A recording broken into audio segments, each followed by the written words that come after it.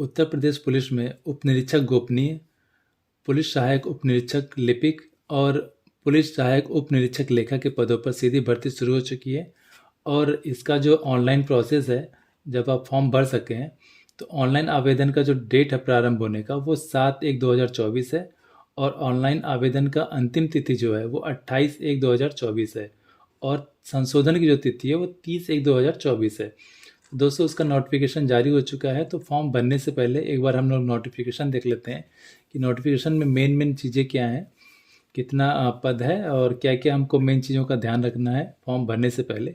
तो इन चीज़ों को हम लोग ध्यान देंगे और जल्दी थोड़ा प्रोसेस को हम लोग देखते हैं कि इसमें क्या क्या चीज़ें हैं नोटिफिकेशन में।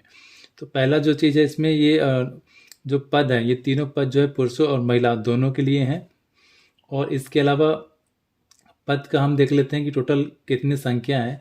जैसे जो है उप निरीक्षक का पद जो है गोपनीय है, ये समूह ग की भर्ती है और टोटल सीट जो है इसमें 268 है। और पे बैंड जो है 9,300 से 34,800 है। ग्रेड पे जो है 42,000 है। लेवल 6 है। और इसके अलावा 35,400 से 1,12,400 रुपये है। पुलिस पुलिस सहायक उप निरीक्षक लिपिक समूह ग, इसका जो टोटल सीट है वो 449 है। पे बैंड 52,000 है और 20,200 और गेट पे जो है 2800 लेवल 5 है। इसके अलावा पुलिस सहायक उप निरीक्षक लेखा समूह ग, इसमें पे बैंड 5200 है, 20,200 और गेट पे जो है 28,000 लेवल 5 है। और टोटल सीट जो है इसमें 204 है। तो अगर ओवरऑल इन तीनों पोस्ट पे हम सीट की बात कर लें तो टोटल सीट जो है, टोटल संख्या जो है पदों की वो 921 है। टोटल 921 यहाँ पे सीटें हैं। तो अभी हम देख लेते हैं इसमें कि श्रेणीवार हमको क्या क्या इसमें आरक्षण, कितने कितने सीट पे कितना आरक्षण है, उस आरक्षण के अनुसार क्या क्या कितनी सीटें हैं उसको भी हम लोग एक बार देख लेते हैं। तो पुलिस उप निरीक्षक का जो पद है उसके लिए अनारक्षित के लिए 114 सीट है। जो ओबीसी आर्थिक रूप से कमजोर वर्ग हैं उनको 25 सीट है। ओबीसी के लिए 71 सीट है। अनुसूचित जाति के लिए 54 सीट है। अनुसूचित जनजाति के लिए 4 सीट है। टोटल 168 सीट है ये पुलिस उप निरीक्षक गोपनीय के लिए। ठीक है। इसके अलावा ख जो है पुलिस सहायक उप निरीक्षक की जो टोटल पोस्ट है वो 449 है। और अनारक्षित के लिए 186 है। आर्थिक रूप से कमजोर वर्ग के लिए 43 है। अन्य पिछड़ा वर्ग के लिए 120 है। अनुसूचित जाति के लिए 93 है और अनुसूचित जनजाति के लिए 7 है। टोटल सीट जो है 449 है। पुलिस सहायक उप निरीक्षक के लिए जो है अनारक्षित के लिए 88 है। आर्थिक रूप से कमजोर वर्ग के लिए 19 है। अन्य पिछड़ा वर्ग के लिए 53 है। अनुसूचित जाति के लिए 42 है और अनुसूचित जनजाति के लिए 2 है। टोटल सीट जो है इसमें 204 है। इसके अलावा आगे देख लेते हैं कि आवेदन की समय सारणी, जैसे कि मैंने आपको पहले बताया कि 7/1/2024 से आवेदन शुरू हो जाएगा और अंतिम तिथि जो है वो 28/1 है। और जो संशोधन करने की तिथि है वो 30/1 है। तो अभी ये 7 तारीख से शुरू होगा, अभी टाइम है इसमें। ठीक है। इसके बाद देख लेते हैं आवेदन शुल्क कितना है। तो आवेदन शुल्क जो है सभी पदों के लिए 400 रुपये है। महिला और पुरुष सभी को जो है 400 रुपये देने हैं। इसकी अर्हताएँ जो हैं वो भारत का नागरिक और बाकी चीज़ें हैं, इसको हम स्किप करते हैं। शैक्षिक योग्यता देख लेते हैं कि इसमें क्या मांगा है। इसमें जो पहला पद है पुलिस उप निरीक्षक गोपनीय के लिए, इसमें जो शैक्षिक अर्हता मांग रहा है वो स्नातक उपाधि मांगा है। ठीक है। इसके अलावा 25 शब्द प्रति मिनट हिंदी टंकन, मतलब हिंदी टाइपिंग जो है वो 25 शब्द प्रति मिनट, 1 मिनट में 25 शब्द टाइप करना है। इसके अलावा इंग्लिश में 30 शब्द प्रति मिनट अंग्रेजी टंकन यहाँ पे पूछ रहा है। दूसरा जो इसमें योग्यता मांग रहा है वो है 80 शब्द प्रति मिनट गति से हिंदी अश्रुलिपि श्रुति लेख। अश्रुलिपि श्रुति लेख जो है वो उसको शॉर्ट हैंड को बोलते हैं। मैंने यहाँ पे नोट भी कर दिया है, शॉर्ट हैंड को ही अश्रुलिपि श्रुति लेख बोलते हैं। ये भी यहाँ पे चाहिए। इसके अलावा जो है अगर आप नाइलिट सोसाइटी और डोएक सोसाइटी, जिसको पूर्व में डोएक सोसाइटी बोलते थे, उससे ओ लेवल भी परीक्षा उत्तीर्ण करनी जरूरी है या फिर इसके समकक्ष कोई मान्यता प्राप्त अर्हता आपके पास होनी चाहिए। तो यहाँ पे 3 चीज़ें यहाँ पे दे रहा है, 4 चीज़ें यहाँ पे दे रहा है कि स्नातक होना चाहिए। उसके बाद जो है आपको हिंदी टाइपिंग जो है 25 शब्द प्रति मिनट और अंग्रेजी टाइपिंग जो है 30 शब्द प्रति मिनट होनी चाहिए। 80 शब्द प्रति मिनट जो है वो आपको शॉर्ट हैंड आना चाहिए और इसके अलावा आपके पास ओ लेवल का डिग्री होना चाहिए। दूसरा पद देख लेते हैं पुलिस सहायक उप निरीक्षक लिपि पद के लिए। इसमें भी सेम है, स्नातक मांगा है। 25 शब्द प्रति मिनट, सेम वही चीज़ है हिंदी टाइपिंग का, बट इसमें क्या है कि आपको इंग्लिश टाइपिंग का है जो, वो भी 30 अवधि प्रति प्रति टंकन मांगा है। तो मतलब सेम चीज़ यहाँ पे भी दिखा रहा है, और यहाँ पे भी ओ लेवल दे रहा है। ठीक है। पुलिस सहायक का देख लेते हैं, जो तीसरा पद है निरीक्षक उपपद के लिए। इसमें वाणिज्य में स्नातक मांगा है, बाकी में ऐसा कुछ नहीं था। इसमें वाणिज्य से मांगा हुआ है, कॉमर्स से, या फिर लेखा साथ में परास्नातक यहाँ पे, या फिर डिप्लोमा यहाँ पे मांग रहा है। इसके अलावा जो है 15 शब्द प्रति मिनट की गति से हिंदी टंकन यहाँ पे मांगा है। हिंदी टाइपिंग आपकी 15 शब्द प्रति मिनट के हिसाब से होनी चाहिए। और यहाँ पे जो है इंग्लिश टाइपिंग नहीं मांगा है। इसके अलावा ओ लेवल मांग रहा है, या फिर समकक्ष कोई मान्यता प्राप्त डिग्री आपके पास होनी चाहिए। आवेदन के लिख रहा है कि क्या होना चाहिए। आवेदन करते समय अभ्यर्थी को शैक्षिक अर्हता, अच्छा यहाँ पे एक चीज़ ये कह रहा है कि आवेदन वही लोग कर सकते हैं जो ये जो यहाँ पे क्वालिफिकेशन दिया हुआ है वो पास कर चुके हों, पास आउट हों।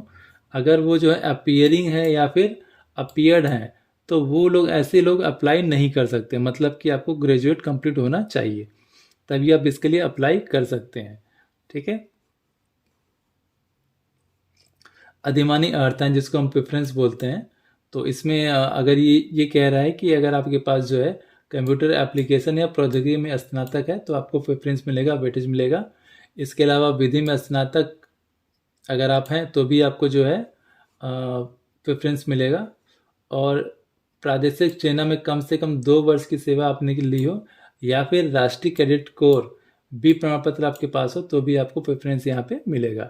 तो प्रेफरेंस के लिए 4 चीज़ें यहाँ इन्होंने दे रखी है कि कंप्यूटर एप्लीकेशन या प्रौद्योगिकी में स्नातक, या फिर विधि से आपका जो है स्नातक हो, या फिर आप जो है प्रादेशिक सेना में कम से कम 2 वर्ष की सेवा आपने दी हो, या फिर आपके पास जो है राष्ट्रीय कैडेट कोर बी प्रमाण पत्र हो, तो आपको जो है यहाँ पे प्रेफरेंस दिया जाएगा। आप प्रेफरेंस किस बेस पे देंगे, क्या उसका मान्यता स्तर रहेगा, उसके बारे में कुछ डिटेल यहाँ पे नहीं दिया गया है। आयु के बारे में बात कर लेते हैं। अभ्यर्थी की आयु जो है वो 21 वर्ष आयु पूर्ण कर ली हो, और 28 वर्ष से अधिक की आयु पूर्ण न हो। मतलब कि 21 से 28 का होना चाहिए। जो आयु है उसके बारे में यहाँ पे दिया है डिटेल। ठीक है। और ये भी लिख रहा है कि आपकी आयु जो है 1/7/1985 तथा 1/7/19 से 22 के बाद न हो। तो ये आयु के बारे में यहाँ पे डिटेल दे दिया है। यहाँ पे एक चीज़ और क्लियर कर रहा है कि पिछड़ा वर्ग, अनुसूचित जाति, अनुसूचित जनजातियों और ऐसी अन्य श्रेणियों अभ्यर्थियों के लिए अधिकतम आयु सीमा में छूट शासनादेश में निहित प्रावधानों के अनुमान होगी। और ये जो छूट मिलेगी आयु में, वो केवल उत्तर प्रदेश के मूल निवासियों को ही मिलने वाली है। जो भी छूट उनको मिलती है उनके इस वर्ग के अनुसार वो छूट उनको मिलेगी, लेकिन केवल उत्तर प्रदेश के निवासियों को यहाँ पे छूट मिलेगी। आयु 21 से और 28 वर्ग यहाँ पे दिया हुआ है। इसके अलावा वैवाहिक परिस्थिति दे रहा है। यहाँ पे ये कह रहा है कि मतलब कि जैसा कि संविधान में है कि कोई पुरुष 2 महिलाओं के साथ शादी नहीं कर सकता, या फिर कोई महिला 2 पुरुष से शादी नहीं कर सकती है, तो उसके बारे में यहाँ पे डिटेल दिया हुआ है। ऐसा नहीं होना चाहिए, नहीं तो फिर आप जो है इसके लिए पात्र नहीं होते हैं। इसके बाद शारीरिक स्वस्थता में लिख रहा है यहाँ पे कि आपका जो है चिकित्सा board knock knee, bow legs, flat feet, varicose veins, दूर एवं निकट दृष्टि, कलर ब्लाइंडनेस, श्रवण परीक्षा जैसी कमियां नहीं होनी चाहिए, नहीं तो आप इस पद के लिए पात्र नहीं होंगे। तो इसको भी आपको ध्यान यहाँ पे रख लेना है। ये इनकी वेबसाइट है जहाँ पे ऑनलाइन आवेदन करना है, और ऑनलाइन अभी शुरू नहीं हुआ है। लिखित परीक्षा के बारे में यहाँ पे दे रहा है कि टोटल जो है लिखित परीक्षा है वो 400 अंकों की होगी। ऑनलाइन परीक्षा होनी है यहाँ पे। ठीक है। और टोटल जो प्रश्न होंगे वो 200 प्रश्न होंगे, 2.5 घंटे का होगा। तो 200 प्रश्न होंगे, 400 अंकों का है, तो 2 नंबर का लगभग है, और 2.5 घंटे की होगी। और ऑनलाइन परीक्षा यहाँ पे होनी है, इसको भी आपको ध्यान रख लेना है। 4 तरह के पेपर आपके पास आएंगे: सामान्य हिंदी, कंप्यूटर ज्ञान, सामान्य जानकारी, सामयिक विषय, संख्यात्मक एवं मानसिक योग्यता परीक्षा, और मानसिक अभिरुचि परीक्षा, बुद्ध लिप्ति परीक्षा और तार्किक परीक्षा। तो ये 4 चीज़ें यहाँ पे पूछी जा रही हैं। और इसके साथ साथ सब में जो है 100 अंक यहाँ पे दिए हुए हैं। यहाँ पे एक चीज़ और लिख रहा है जो आपको ध्यान देना है कि लिखित परीक्षा में प्रत्येक विषय में, ये जो 4 विषय हैं, प्रत्येक विषय में कम से कम आपको 35% जो है नंबर ले आने हैं। मतलब ये जो 100 दिए हैं इसमें आपको 35% जो है आपको कम से कम 35 यहाँ पे लेके आने हैं। और टोटल नंबर जो हो रहा है ये 400 के नंबर में आपको कम से कम 40% ले आने हैं, तभी आप इसके लिए पात्र होंगे, तभी आपका रिटर्न जो है वो क्वालिफाई हो पाएगा। तो यहाँ पे ध्यान देने की चीज़ है।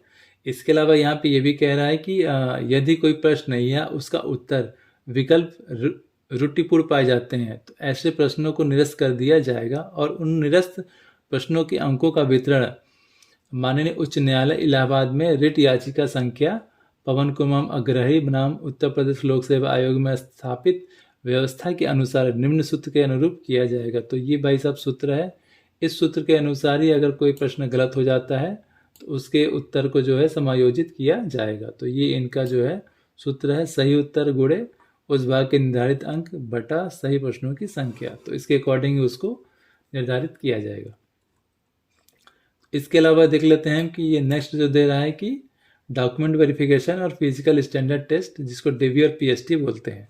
तो लिखित परीक्षा में जो लोग पास हो जाएंगे उन्हीं को फिर जो है डॉक्यूमेंट वेरिफिकेशन के लिए, फिजिकल स्टैंडर्ड टेस्ट के लिए बुलाया जाएगा। ठीक है। डॉक्यूमेंट वेरिफिकेशन में जो है आपके जो डॉक्यूमेंट आपने ऑनलाइन आवेदन करते हुए डाले होंगे, जिसमें आयु की आपका हो गया, आचरण संबंधी हो गया, या फिर जो भी आपका अभिलेख है, प्रमाण पत्र वगैरह डॉक्यूमेंट जो शिक्षा से संबंधित है, वो सारी चीज़ों की जांच की जाएगी और सभी मानक के अनुरूप होने चाहिए। इसके अतिरिक्त जो है अगर आपका डॉक्यूमेंट समीक्षा के दौरान या समीक्षा के पश्चात किसी भी समय या किसी भी अभिलेख की छल साधित, गलत या कूटचरित पाए जाने की दशा में आवेदक का अभ्यर्थन बोर्ड द्वारा निरस्त कर दिया जाएगा। मतलब कि अगर आपका डॉक्यूमेंट डीवी के समय अगर किसी तरह से कुछ गलत पाया जाता है तो उसको निरस्त कर दिया जाएगा। इसको आपको ध्यान रखना है। इसके अलावा हम लोग शारीरिक मानक परीक्षण की बात कर लेते हैं कि यहाँ पे न्यूनतम शारीरिक मानक क्या दिया हुआ है। तो यहाँ पे समान अनपिछड़ा वर्ग अनुसूचित जाति के पुरुषों के लिए न्यूनतम ऊंचाई जो है वो 163 सेंटीमीटर होनी चाहिए। इसको आप ध्यान रखिएगा, 163 सेंटीमीटर पुरुषों के लिए है जो समान अनपिछड़ा वर्ग और अनुसूचित जाति के हैं। ठीक है। अनुसूचित जनजाति के पुरुषों के लिए न्यूनतम ऊंचाई 156 सेंटीमीटर यहाँ पे दिया हुआ है। इसको आपको ध्यान देने की ज़रूरत है। सीना जो दे रहा है वो समान अनपिछड़ा वर्ग और अनुसूचित जातियों के लिए 77 सेंटीमीटर बिना फुलाए और कम से कम 82 सेंटीमीटर फुलाने पर होना चाहिए। अनुसूचित जनजातियों के लिए 75 सेंटीमीटर बिना फुलाए और कम से कम 80 सेंटीमीटर फुलाने पे होना चाहिए। तो यहाँ पे ये आप देख सकते हैं, यहाँ पे 77 है, यहाँ पे 75 कर दिया है और ये 82 है, तो यहाँ पे 80 होना चाहिए। तो ये और एक चीज़ और यहाँ पे ध्यान देना है कि न्यूनतम 5 सेंटीमीटर सीने का फुला होना चाहिए। तो इसकी प्रैक्टिस आप लोग कर ही रहे होंगे। महिला अभ्यर्थियों के लिए यहाँ पे दे रहा है कि जो सामान्य है, पिछड़ी हैं और अनुसूचित जनजाति की अनुसूचित जाति की महिला हैं, उनकी न्यूनतम ऊंचाई 150 सेंटीमीटर हो रहा है और अनुसूचित जनजाति की महिलाओं की जो न्यूनतम ऊंचाई है 145 होनी चाहिए। इसके अलावा वजन जो है न्यूनतम 40 किलोग्राम होना चाहिए। ये सभी के लिए है, समान, पिछड़ा, अनुसूचित जाति और जनजाति, सबको कम से कम 40 किलोग्राम का होना चाहिए। ये महिलाओं के लिए है, महिला अभ्यर्थियों के लिए है, तो इसको आपको ध्यान देना है। कंप्यूटर टंकन और अशुलिपि परीक्षा, इसके बारे में लिख रहा है अभिलेखों की समीक्षा एवं शारीरिक मानक परीक्षा में सफल पाए गए अभ्यर्थी।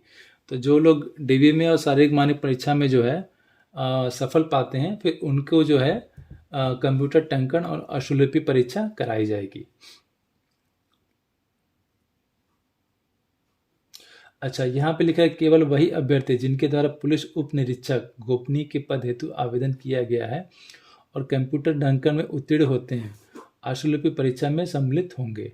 मतलब अशुलिपि परीक्षा में आप तभी सम्मिलित हो सकते हैं जब आप जो है कंप्यूटर टंकन में उत्तीर्ण हो जाते हैं।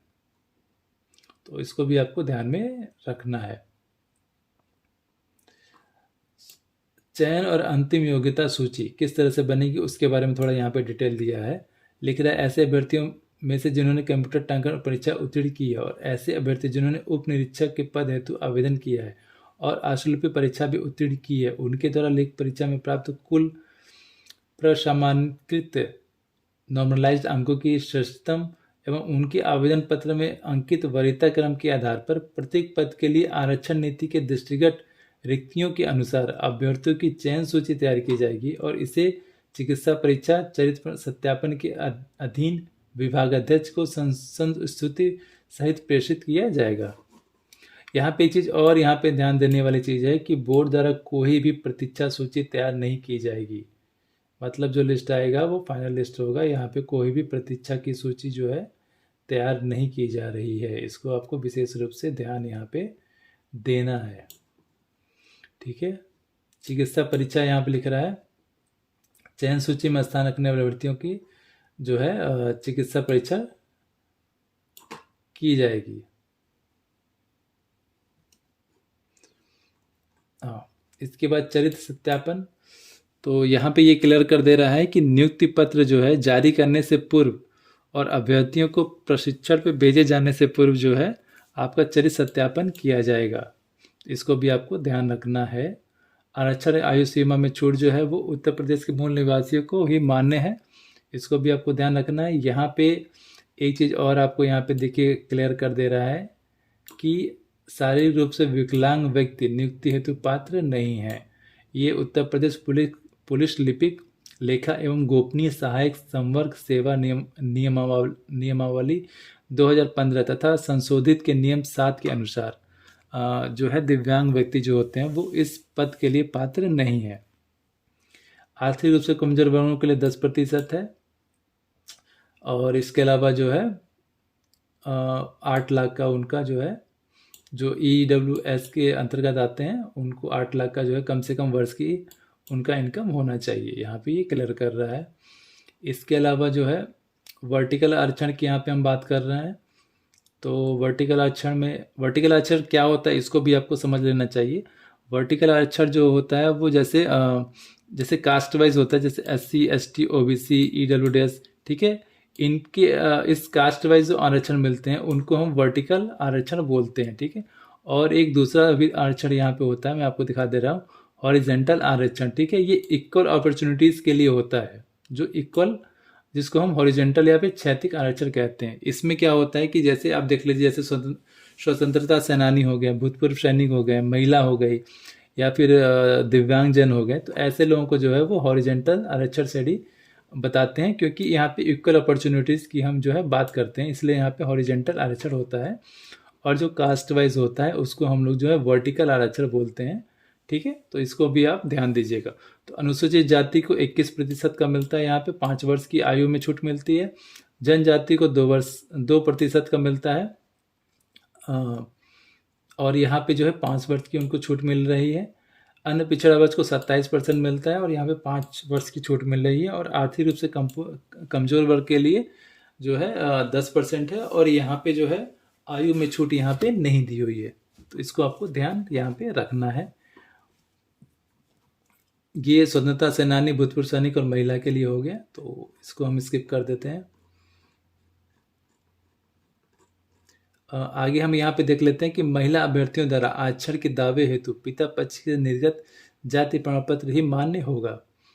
ये भी आपको ध्यान दे देना है। जो महिलाएं हैं उनके लिए पिता पक्ष से निर्गत जाति प्रमाण पत्र ही मान्य होगा। और इसके अतिरिक्त जो है आप उत्तर प्रदेश के मूल निवासी हैं, इसका भी आपको प्रमाण पत्र प्रस्तुत करना होगा, मतलब डोमिसाइल सर्टिफिकेट भी आपके पास होना चाहिए। तो ये आपको ध्यान रखने की कुछ चीज़ें हैं। और यहाँ पे एक चीज़ और लिख रहा है कि आरक्षण की दावेदारी के समर्थन में संबंधित मूल प्रमाण पत्र अभिलेखों की समीक्षा DB के समय प्रस्तुत न किए जाने पर यह अवधारणा की जाएगी कि अभ्यर्थी आरक्षण का दावेदार नहीं है।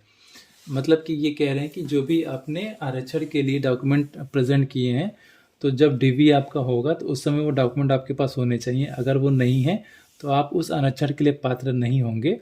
और फिर आपको जो है, अगर आप सामान्य श्रेणी की सभी पात्रताओं को पूरा करते हैं तो आपको सामान्य श्रेणी के अंतर्गत डाल के आगे की प्रक्रिया की जाएगी। अगर आप सामान्य श्रेणी के समस्त पात्रताओं के अनुरूप नहीं आते हैं तो आपका आवेदन वहाँ पे निरस्त कर दिया जाएगा। तो इसको आप ध्यान रखिएगा, ये बहुत ही ज़रूरी चीज़ होता है। अक्सर लोगों के साथ ये चीज़ हो जाता है कि वो डाल तो देते हैं लेकिन उनके पास डॉक्यूमेंट नहीं होता है। तो आपको ये ध्यान देने की बहुत ही ज़रूरत है ताकि आगे चल के आपको प्रॉब्लम ना हो। तो ये ऑनलाइन कैसे करना है उसकी प्रक्रिया हम इसमें बताया गया है, तो मैं इस पे ज़्यादा नहीं फोकस करूँगा। मैं आपको बता दे रहा हूँ कि ऑनलाइन आवेदन करते समय डॉक्यूमेंट में क्या क्या आपको चीज़ों पे ध्यान रखना है। तो पहले यहाँ पे ये कह रहा है कि डॉक्यूमेंट अपलोड करने के लिए आपको डिजी लॉकर के माध्यम से अपलोड करना है। आपकी जो भी डॉक्यूमेंट हैं, शैक्षिक योग्यता, आचार संबंधी, आयु में छूट हो गए, या फिर सभी आपके जो प्रमाण पत्र हैं वो डिजी लॉकर पे उपलब्ध हो, और डिजी लॉकर के माध्यम से ही आपको उसको अपलोड करना है। जो वहाँ पे डिजी लॉकर पे उपलब्ध नहीं है वो आप स्कैन करके अपलोड कर सकते हैं।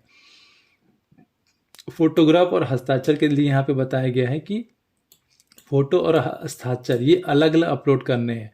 मतलब फोटो के नीचे कुछ लोग सिग्नेचर कर देते हैं, वैसा वाला नहीं चाहिए। फोटो आपका अलग हो, हस्ताक्षर आपका अलग हो, ये दोनों अलग अलग आपको अपलोड करने हैं। फोटो आपको कैसा होना चाहिए? आपका रंगीन फोटो होना चाहिए। न्यूनतम जो है उसकी जो साइज है वो 20 KB और अधिकतम 50 KB की होनी चाहिए।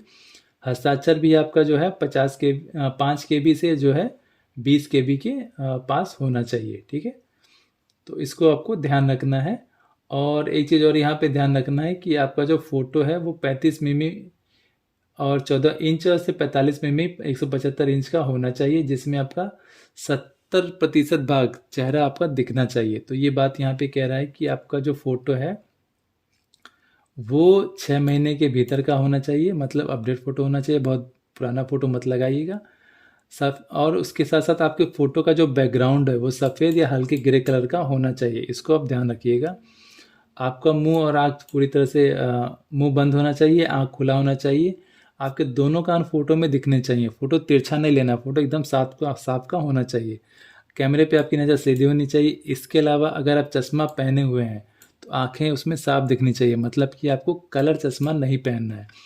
और एक चीज़ और ध्यान रखना है कि फ़ोटो आप जो लगाएंगे उसमें टोपी या मफलर या फिर इस तरह का कुछ भी आपको नहीं पहनना है। इसको आपको बहुत ही ध्यान रखना है, नहीं तो आपका मतलब कि एप्लीकेशन मतलब रिजेक्ट हो सकता है। ये भी यहाँ पे क्लियर किया गया है।